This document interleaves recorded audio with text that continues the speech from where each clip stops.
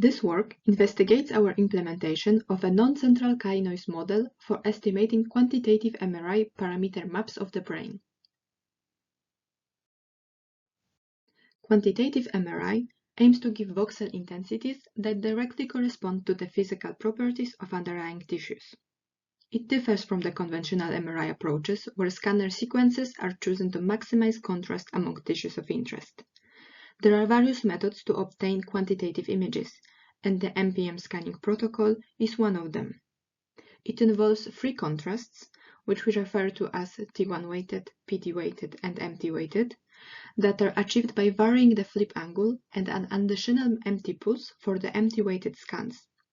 For each contrast, volumes are acquired at different echo times.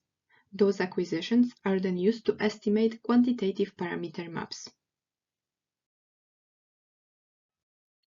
Our method for estimating quantitative parameters first requires a noise estimate for the acquisitions. The noise discussed here refers to the electronic receiver noise and ignores other noise sources. A multi-coil setup with Gaussian noise in each channel leads in theory to a non-central chi-noise in reconstructed images. Simulations showed that model fitting that assumed Gaussian noise when the ground truth was non-central chi led to biased signal estimation. We estimate noise from a histogram of image intensities and fit a mixture of two chi distributions. The narrower peak is assumed to be the noise peak from background air. The estimated noise parameters were then used for quantitative parameter estimation in the next step.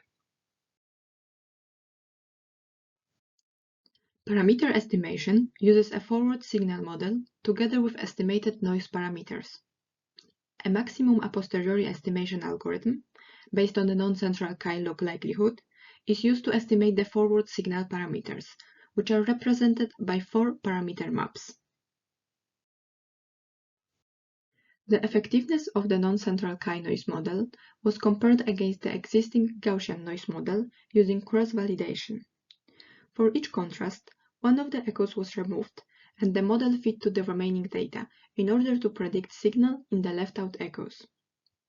These were then compared to the left-out data by computing the mean squared errors.